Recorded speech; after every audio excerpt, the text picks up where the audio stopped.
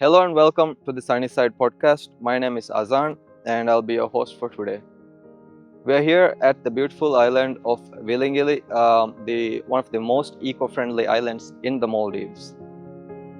The Maldives is a nation built by coral reefs. It shapes our islands, supports marine biodiversity, and attracts tourists from all around the world. Yet these reefs face continuous pressure from climate change, coral bleaching, pollution, and human activities. This makes conservation and restoration more important than ever. Today we are exploring why coral reefs matter to the Maldives, what restoration can realistically achieve, how communities, tourism, and science has a role to play. Joining me today is Hassan Ahmed, known to most as Beybe. Beybe is the president and co-founder of Save the Beach, whose work spans coral restoration, reef monitoring, scientific expeditions, and educational programs and community-led conservation. Welcome, Beybe. Thank you for joining us and giving us some of your valuable time. Thank you. Thank you for inviting me. Thank you. Can you tell us a bit about Willimale? Actually, Willimale was initiated as an environment-friendly island, and still it remains as an environment-friendly island. So we had very few rules just to maintain the island as an environment-friendly island. For an example, we only have electric vehicles in the island, and also we do have a boundary, like a green zone, which goes around the island, just to keep the island safer from the heavy surges, the swells which comes into the island. Also, just because of that, a lot of trees are being protected. All the trees older than 50-year-old is being protected in this island. So, which is a very good thing in the sense where when it rains a lot, we don't get floods just because these trees, take all the waters. And also we have a natural drainage which goes to the ocean. So actually the island still, I will say, it's been sustaining in a very good way. Yeah. That's very interesting. People often associate the Maldives with white beaches, turquoise lagoons, but how dependent are these islands on healthy coral reefs? Actually, we are a coral nation.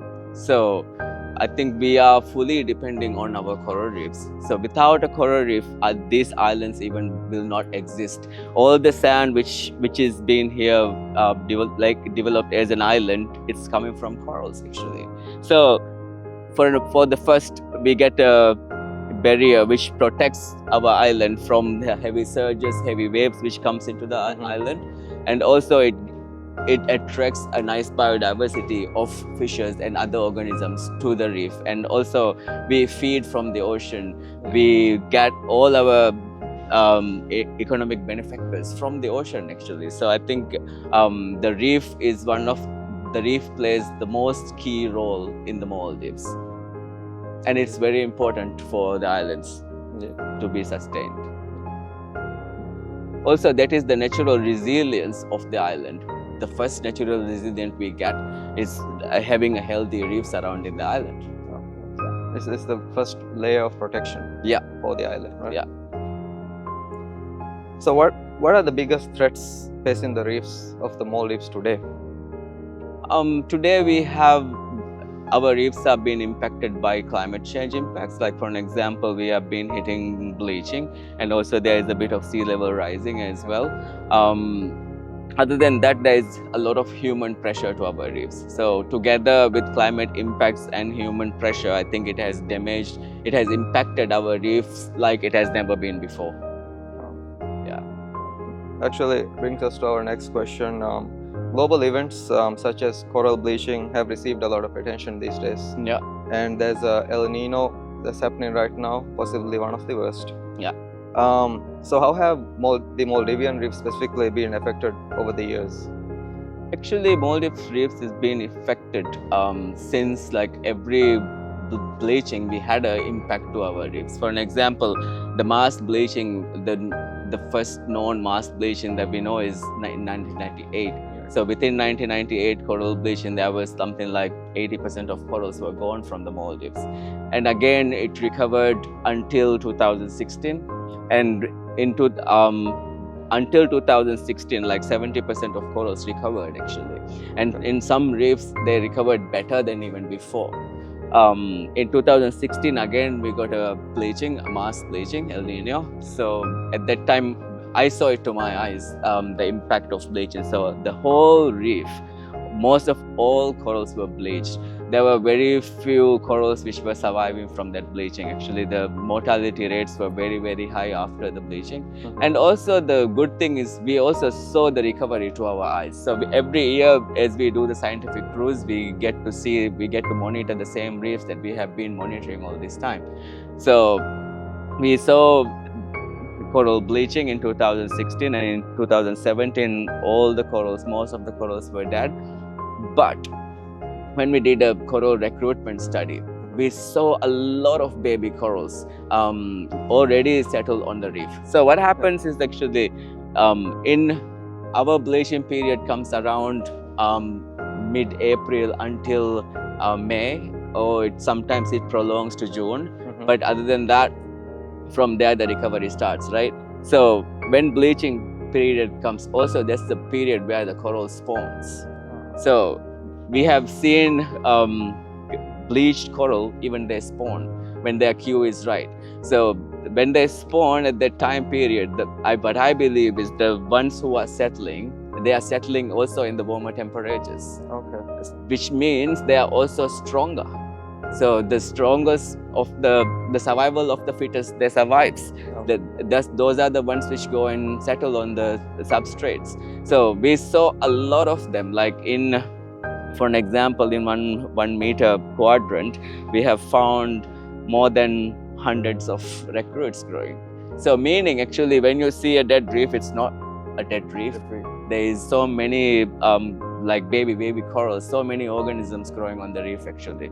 So we saw the recovery of the reef. The recovery started around later 2017, and then the recovery was going really good until 2024 again. So again in 2024 we were hit by a bleaching, and also the corals, the mortality rate was not higher like in 2016, but still a lot of corals got bleached. And there was one species of coral which was impacted really bad, the table corals, which you see in Ari Atoll, on the rim of the Ari Atoll, all of them were gone. So this was one species which were very much we noticed that this species of corals were gone within this 2024 bleaching.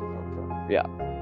So we have actually, as I said before, with the human pressure, with the climate change impacts, the reefs are being impacted really bad and they are in a bad shape, but they can come back. And speaking of human pollution and things that happen at a local level, how does marine debris and other human activities hurt the corals? Actually, as we are in the capital Male area, we face a lot of different challenges. There is so much littering, still there is so much littering to the oceans. It's not only from the Maldives, but also we do a lot of littering. Still the waste is not managed within the Maldives. So for this reason, actually a lot of trash is being misplaced in different places where it's very close to the oceans, and it can also be easily taken into the ocean. And today, as we know, plastic pollution is one of the biggest problems in the Maldives. We have also done a study to see how much microplastic is in these beaches. Actually, in 1 spoon of sand, there's more than 700 pellets of microplastic. So these beaches, they act like a schema. So this is the filter of the ocean. So a lot of things will come and just the waves will push them to the beach, and it will filter and take this send off the clean water to the ocean. So that's how the beach the beach acts like a filter. So we have seen this amount of microplastic within a spoon of sand. That is. So the problem is there actually. Even we don't see this microplastic, but like this beach, we clean it every day. Every day morning, there will be a team from Save the Beach who comes clean the beach, also the dustbins.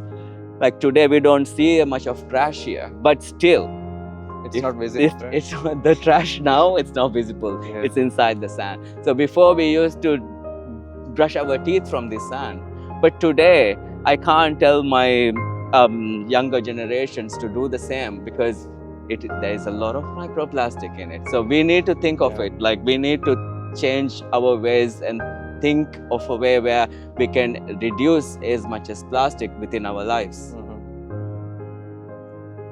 That was very insightful to hear. I did not know that. Okay. Actually, there was a recent study done. That's why, and it's going to be published very soon. I see. Yeah. Speaking of Save the Beach, you have been involved in coral restoration and rehabilitation projects across multiple islands and atolls in the Maldives. Yeah. What have these projects taught you about the resilience of the Maldivian reefs? Actually, Maldivian reefs are very resilient until it's been damaged. So when a damage comes, like the reef struggles to recover back, as I said before. So our aim is to grow the damaged reefs around Maldives. Like for an example, that's how we look at. We do a proper survey on every island which we want to grow corals and see where there is most impacted. And then we choose that area and we try to enhance, we try to bring back the reef. So at the same time, what we do is we work with the community, we train the community, and we will work with them for like another 3 years until they can take the ownership of their reefs. So for an example, the idea is to create more coral practitioners, also to create more researchers who can understand, who can collect data and understand what's happening on our coral reefs. So by growing coral reefs, we are also studying the corals. We are also looking for solutions where we want to achieve a reef where it can sustain for a long period of time. So what we are trying to do is we are trying to combine methods. We are combining like 3-4 methods using the latest science in the world to enhance these reefs. And what we have noticed is that every reef needs a different solution. So I can't tell by sitting here, for an example, a reef which I have not studied that I can implement this method. No, I have to go do a proper study and see which method will be good for the sites there. So that's something very important I learned this time. Yeah, like every reef, every damaged reef needs a different solution. Yeah. I think that speaks to how varied the Maldivian coral reefs spread out across the atolls are. Exactly, and every reef system is unique. Yeah, that's good to hear. Microfragmentation has emerged as an important restoration technique. Yeah. Could you explain how it works and why it shows promise? Actually, microfragmentation works for slow-growing corals. Also, you can grow fast-growing corals on it. So what happens is basically we cut the same coral, the same genetics of corals into small pieces. Like it is when you cut the same coral, it is the same genetics. And you keep them close to each other. Every cut we make on a coral is a wound. As coral is an animal, when we cut a coral, it is a wound actually we are creating on the coral. So when they heal their wound, even the massive corals, they will heal their wound very fast. So when they heal their wound and to start to grow, if there is the same genetics of corals sitting next to each other, they fuse. They know that they are the one coral. And they fuse and they cover a high surface area in a shorter period of time. Yeah. So they can also mature faster. Yeah. And also, like for us, for an example, we use different methods. We are combining coral larval restoration, microfragmentation, and mass method together. Yeah. So we are using mass method to create a habitat for the to create a ecologically functioning reef. And when we have make that, we are going to introduce microfragmentation and coral larva restoration just to enhance the diversity of corals and also to grow the slow growing corals. They're more difficult to deal with, right? Actually, they're not difficult to deal with, they just grow Slower. Yeah. Takes time. Yeah, it takes time. You just have to be with the coral. Okay, okay. Speaking of the different sites you worked on, so the Maldives Coral Restoration Project, Vilimale Reef Rehabilitation Project, Yeah. Coral Restoration, Coral Relocation Efforts at Tilamale, and the restoration projects in Fuladu. Yeah. So all of these sites require different approaches, right? Yeah. And you just explained what are the differences between the sites? Is there something in central that works better or something in the south? Yeah, for an example, like some reefs, we don't even get to have corals. Like for an example, when we do a setup of 100 reefs, at least we need 1,500 coral fragments. So to get that, sometimes it's not available on the natural reef. So we have to go to another reef, find corals, bring them back, grow them in a nursery. When they are grown, take them and grow them on a setup.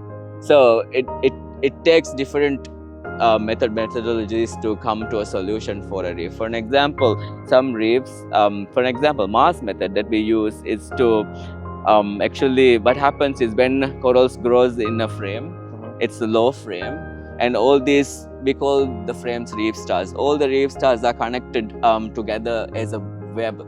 Okay. So what happens is when the corals grow, it's on dead rocks or dead rubbles. So when the corals grow on the reef star, what happens is the coral on the sides, which will grow in their three-dimensional, and they will touch the bottom. And when they touch the bottom, they will start to grow to the bottom. And at the end of the day, it becomes a strong, strengthened reef system.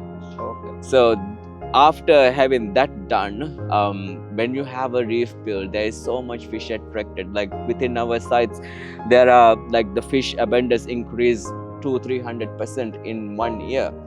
So meaning actually there is life in the area. So when we have that made, when we introduce coral larvae is also like a place where there is corals. I mean, in an area where there is corals, they can find a lot of spaces which they can hide from their predators. Coral larvae is small, like a piece of sand. That small they are. So anything can eat a coral larvae. So to hide from their predators, they can go sit in places where the predators can't come and eat them. So that gives them a high chance of survival and to grow in the site. And for the site, it enhances the coral diversity. So when we have a good genetic diversity within a site, I believe that it will stay for a long period of time, because the reef that even the natural reef, when we see it, when we monitor the reefs, we are seeing different generations of corals growing on the reef. It's not just one generation of corals growing. So when you see different generations of corals, when there is a bleaching impact, for an example 2024 bleaching, it didn't all of our corals didn't get bleached. Some corals within the same sizes, they got bleached, and others where they were smaller, they didn't get bleached. So meaning actually there are different generations of corals which still they are trying to thrive, but some corals grow slow. That's why you don't see them. It's very interesting. I suppose there is some optimism there, right? Yeah. And speaking of, I'm very hopeful actually. we do need hope. Yeah. Right? Through projects such as Miru Coral Garden, Palm Beach Island Resort restoration efforts, what examples have given you hope and optimism? When we did the restoration in Miru and Palm Beach, actually we were still learning again. We were trying different methods. We were learning how to have a good restoration site. So what we have learned is actually it was funny. I go to swim every day, and we were doing it separately without the guest. So the guests who are in the lounge area, they see me every day. Beybe goes to the sea and come back like after 2 hours, and again he goes back in the sea. And these tourists, they come and started talking to me and said, "Hey, Beybe, what are you doing there?" And I said, "I'm planting corals. I'm trying to do experiments, see how these corals grow." And they took their interest. They came to the island for 2 weeks. They were with me every day. When I went into the ocean, they took the chance to learn with me about corals. So with every day, like, it's their vacation. I even tell them, "Hey, come on, go do an Enjoy. excursion and enjoy." And they said, "No, we are enjoying much better than with you growing corals." So they did their whole vacation with me. So I thought, this is an interesting thing where I could also introduce a program to the resort where I can bring the tourists, the guests, and show them what the work that we have been doing and do awareness program with them. Okay. Some people assume restoration means rebuilding reefs from scratch. Is the goal really to replace nature, or is it to help ecosystems recover and increase their resilience? Let's have this understanding. We can't actually bring back a reef when it's been dead. Like, we can't bring back a reef how it was before. We can't build that. We can work to the future trajectory of the reef. So what we are trying to achieve is to create a functioning reef system where it also plays the ecological role where the reef plays, which can also help the island, also the reefs nearby, by having a restoration in this island, for an example. So when these corals grow, they will also spawn, and the spawn of these corals will not settle in this island. Most probably it will go with the current and it will settle on some different island actually. So having a reef restoration site, it doesn't mean that we are trying to bring back the reef how it was before. We are working on a new trajectory, like looking into their future trajectory and trying to achieve a healthy reef system. Okay. Yeah. Save the Beach has conducted scientific cruises, reef check surveys, water quality monitoring over the years. Yeah. And what trends have emerged from these efforts and studies? Interesting question. Actually, there is a lot to talk about. For an example, let's talk about the bleaching impact, or the most impact to islands. For an example, like what we look into is anthropogenic impact. Also, we look into the climate impacts. So when we do surveys, what we have surveyed resort islands, we have surveyed local islands where people live, uninhabited islands, agricultural islands, just to see what's the difference between these islands and the reef systems, what is happening to the reef ecosystem there. So what we have noticed is the reefs which have been with less human pressure, they are surviving much better. Like, even if there is a bleaching, when even all the corals are gone, these reefs, they come back much better than before even. I think that's how our reefs have been surviving all throughout these years. Like, Maldives has been in existence for the 60 million years. So all this time, corals have been growing, and they have been facing different scenarios. For an example, like, they have been going through different temperatures. Like, our earth is being crazy sometimes. So what I'm trying to say is, like, the reefs which we have not damaged ourselves, they are coming back really nice. For an example, the reefs in resorts, they are coming back very nice. Like, even the fish abundance is good. Even the invertebrates' lives are good. Like, from a reef like this, you can't find sea cucumbers, for an example. But if you go to a resort island, when you swim there, you will find sea cucumbers, you will find the crustaceans, you will find lobsters, you will find everything. But here, it's hard because we have been removing, we have been taking. At the same time, the habitat is being changed.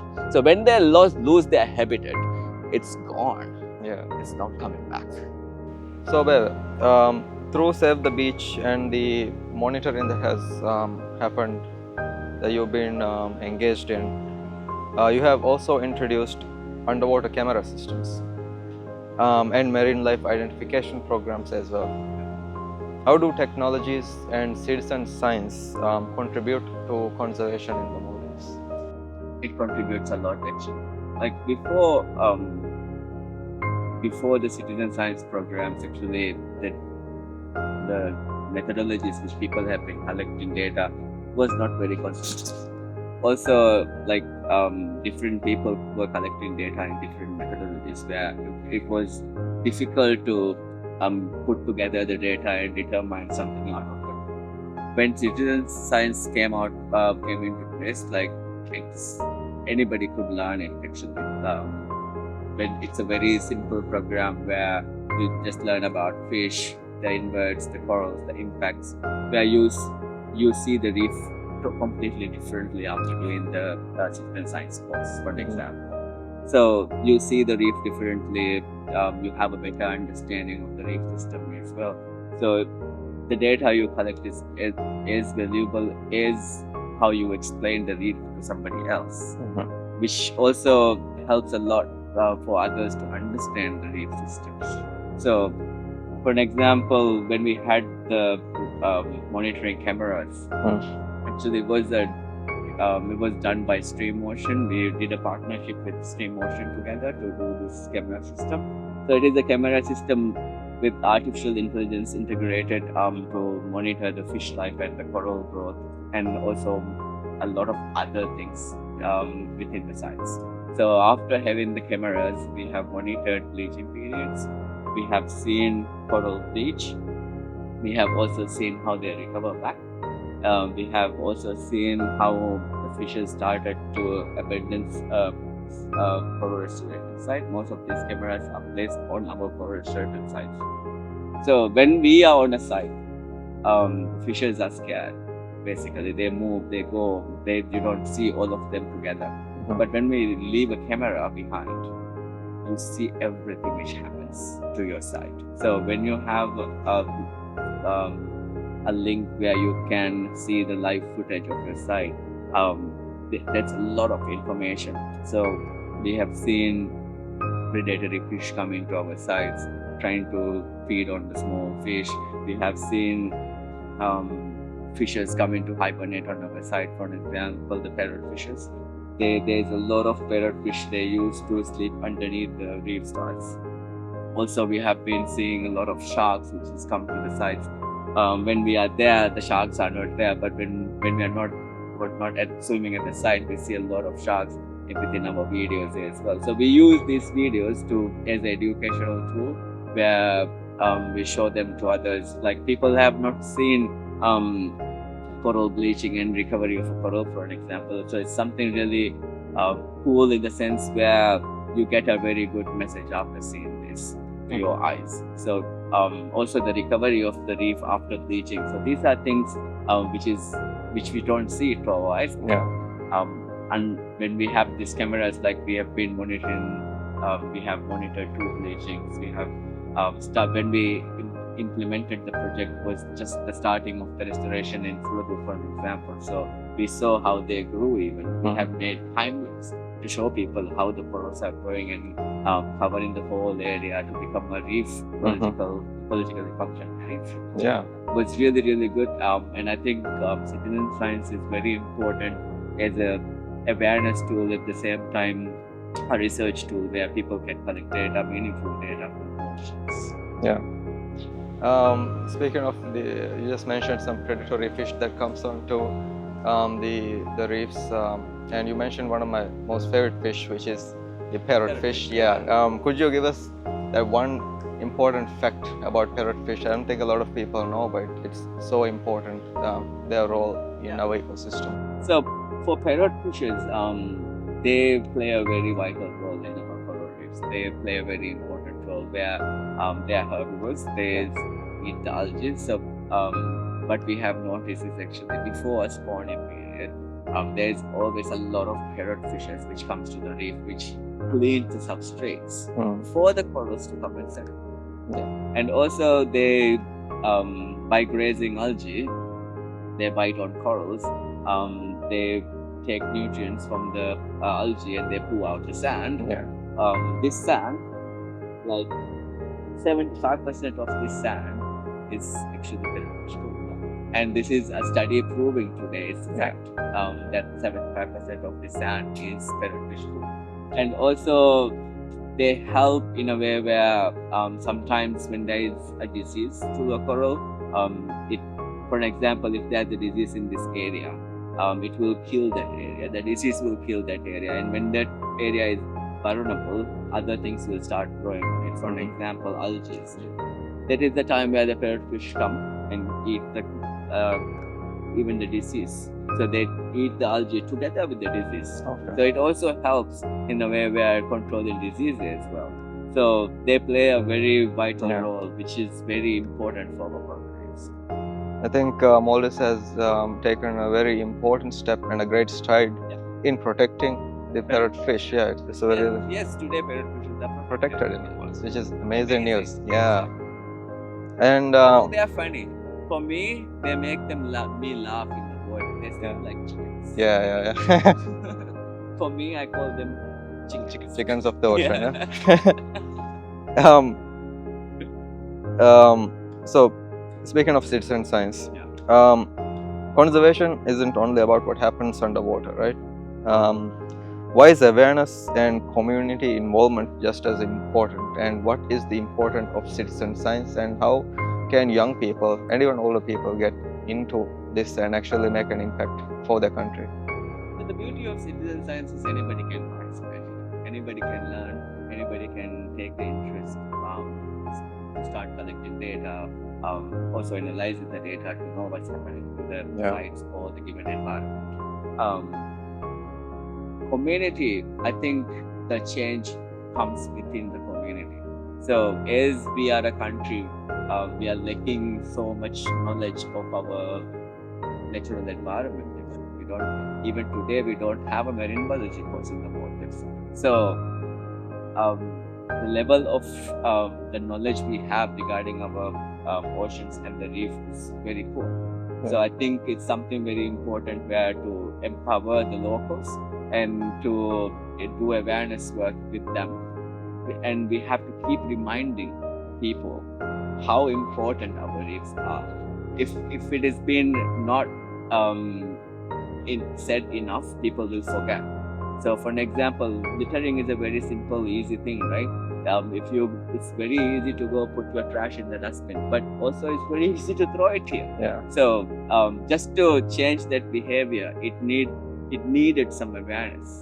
It needed some active work done by the community. So for an example, our projects, we make sure that it is our project is a community project. It is coming from the locals. Yeah. So we make sure that, for an example, when we do a program in this island, we make sure that everybody in this island has participated in our program in somehow. They don't necessarily have to be in the water to plant corals. They can help in so many different ways. So when they take part, for an example, now our reef is being grown very nice. And when I show them the reef which is grown, they are so proud of it. Today they know these are corals which they have planted, and they have been like these reefs have been coming back. So before these people, they didn't even believe that corals can be grown and a reef can be grown. So by seeing it growing, from them they came and attached these corals and also helped throughout the event. And today, as I said, they're so proud of it. And this is the beauty of it. This is the beauty of getting the community engaging the work that we do. Also, as I said before, they need to be reminded always. So the community needs continuous work to have a protected, beautiful environment. Yeah.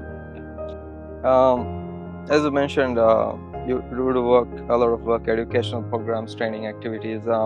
Why is investing in the next generation so important? They are the future. And for me, actually, in front of my eyes, all these impacts came into place. So I was thinking, hey, this is the problem of the elder generations, and now I feel I'm obliged to take it to the future generation. So as I can understand, a development project can impact it this much of the natural environment. So what we do is basically we try to mitigate the amount of impact to the sites, and then we come to a point where to have a development done without damaging the environment. This can be done actually. So that can be only done in a way where the community has to be aware. So I think this is something very important to have it in our minds, that these islands, the community of these islands, they are not very much aware, and we have to keep going. We have to continue. We have to have a continuous program to have the right impact. Okay. Because to change people's behavior, it takes time. We can't change people like in a snap. So it needs time. It takes time. So we need continuous programs for long term. I think having the community have a solid single belief and knowing that they're actually working towards something greater, it actually brings about the change for the whole country, so that everyone works towards the greater, health of the reefs. Huh? Yeah, that's very true. Yeah. Beach cleanups and litter audits are a major part of your work. What have these efforts revealed about the sources of waste affecting our coastlines and marine environment? Actually, there is a positive impact. At the same time, there is the negative side of it as well.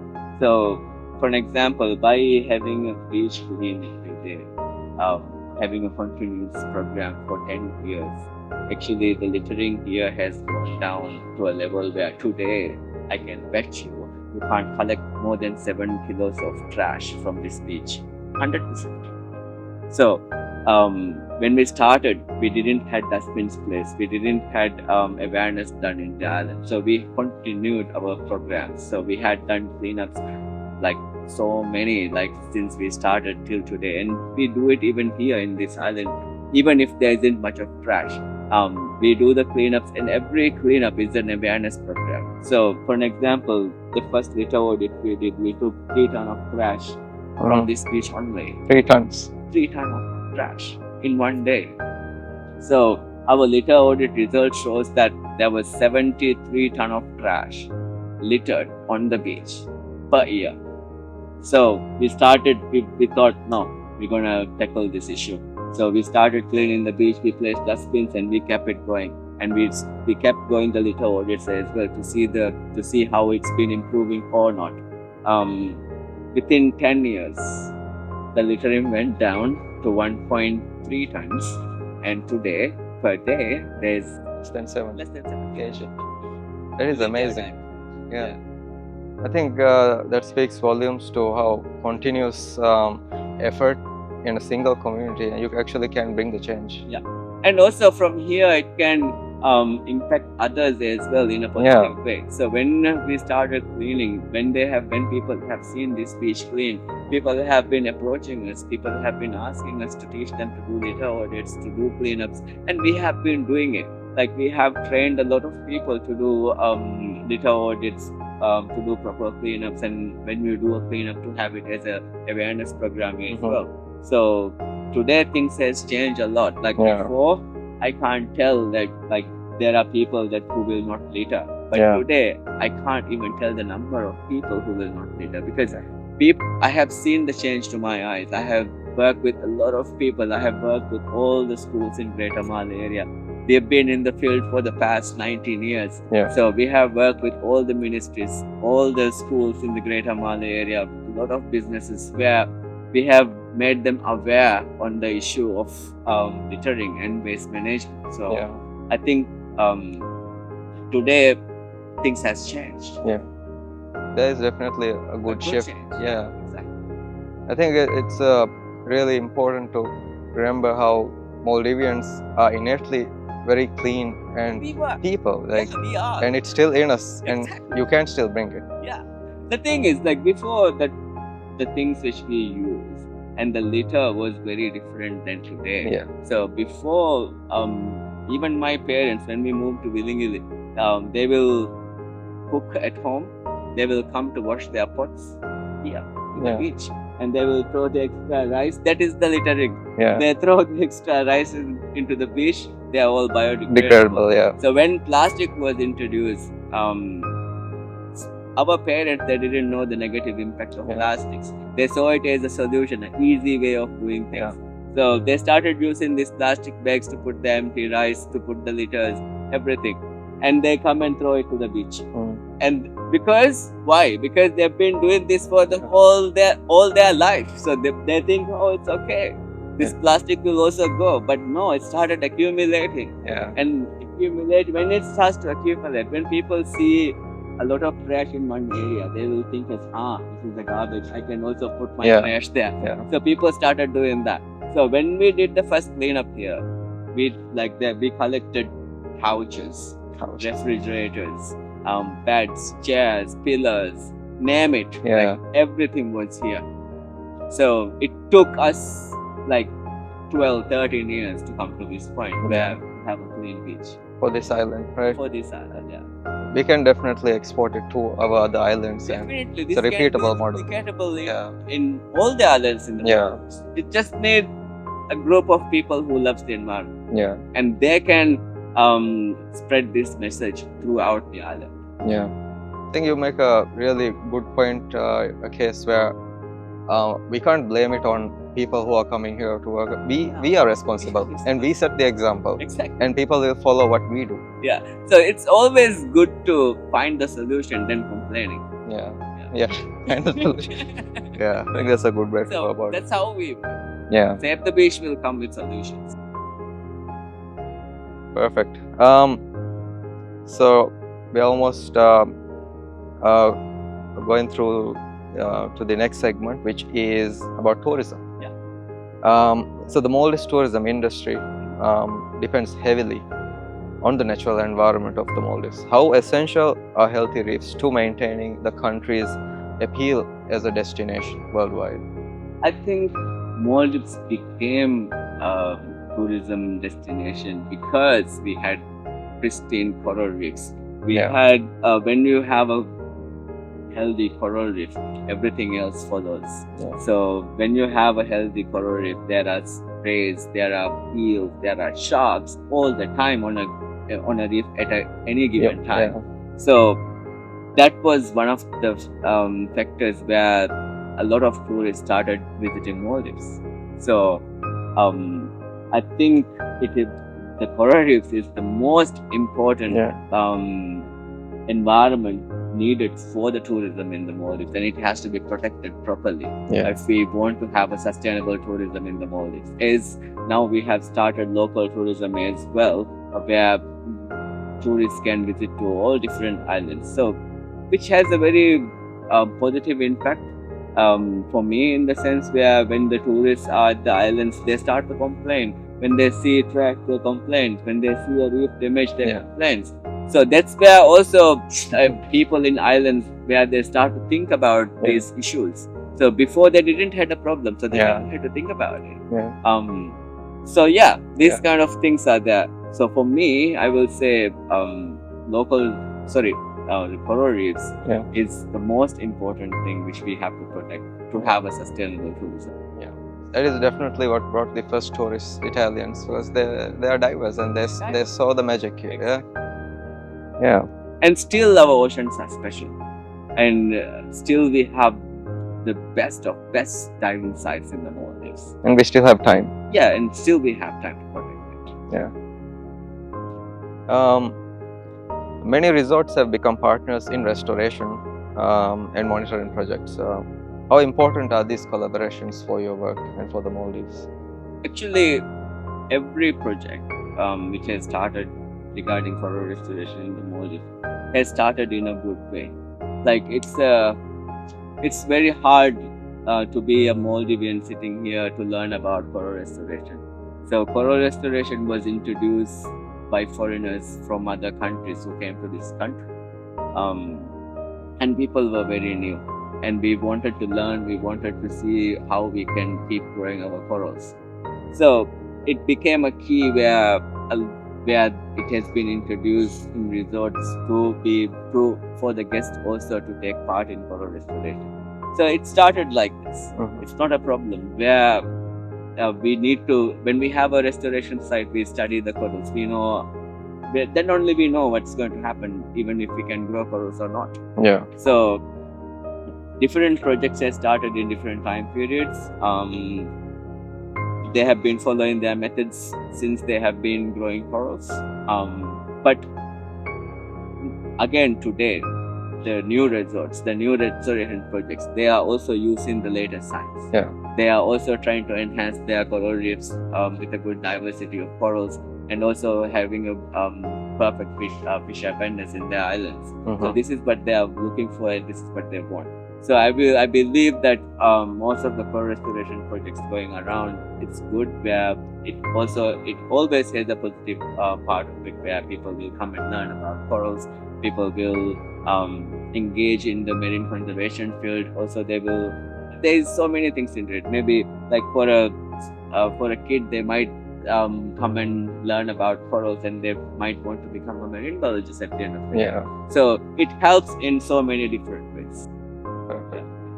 So you do believe tourism, and as it is now, is an active contributor to reef protection rather than simply being a beneficiary from it, right? Both. Yeah. And also, like in some islands, like they have the passion of planting coral, and they plant corals.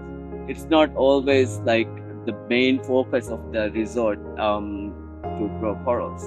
So, but there are some resorts which they have given a good focus to having a restoration. So, for an example, there are resorts which has land-based coral restoration sites. They are doing studies. They have employed enough people, marine biologists, to carry out these programs. Actively. So I think it's good. It's important as well. Okay. Looking ahead, 20 to 30 years, what gives you hope for the future of the Maldivian reefs? It's give me hope, seeing how people are changing. For an example, like the people who we have worked with, I can see how they have changed in a way where they want to help the environment. They want to do more conservation work. They want to actually do more than even now. So this gives me hope. Like when I meet the future generations, it's very easy to convince them or make them understand of the studies that we have been doing in the ocean. So which has make it easier, which has make it more hopeful, where in a way where I can see actively people have been taking challenges, trying to find solutions, and also trying to do the right thing to help the environment to recover back. So there is hope. For me, again, when I see a coral grows, it gives me hope. When I see a reef dead and when it comes back, it gives me hope. And I'm very hopeful. Perfect. What are the further steps Maldives can take to become and to be recognized as a leader in marine conservation and sustainable tourism in the world? I think for resorts also, I think they need to get more local knowledge. For an example, they need to hire more local marine biologists into the islands. And also, I think we need more marine protected areas where it will help to recover back the reefs. And also, when it's a protected area where the reefs are being protected, I think it stays for a long period of time if it is not being damaged. So this helps a lot. And also, I think responsible tourism. This is something very important which we have to implement in all our resorts today. I think today the travelers who come to Maldives, they also want to be responsible. They just don't want to come and do a vacation and go back home. They also want to do something good.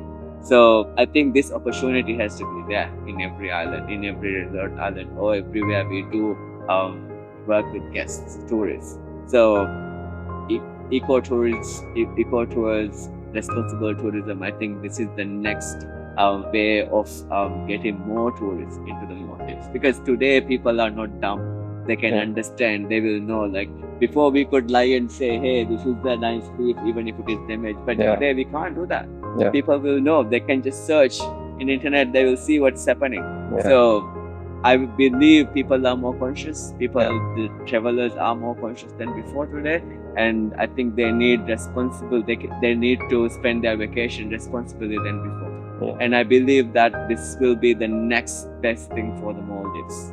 Perfect. Yeah.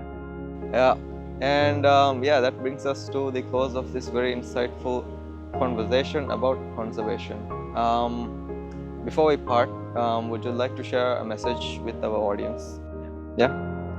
So I would like to tell everyone that when we think about health in the environment, we always think that, can we do anything? Are we in a place where we could help the environment? Yes, actually.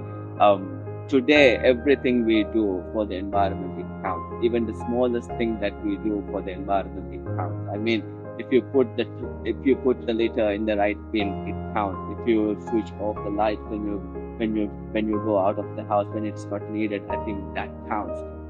When you give a good awareness message to a person, that counts. So let's try to do something for the environment in our daily life. Let's go. So, the Maldives owes its existence to coral reefs, and protecting them is more than just about the beauty beneath the surface. It's about safeguarding our environment and our communities and the future of the country itself and its most prosperous industry, tourism. Beybe, thank you so much for joining us for this conversation about conservation. Yeah. Thank you so much for having me. It was very insightful. And let's be the change. Let's be the change. Yeah. Thank you. Yeah.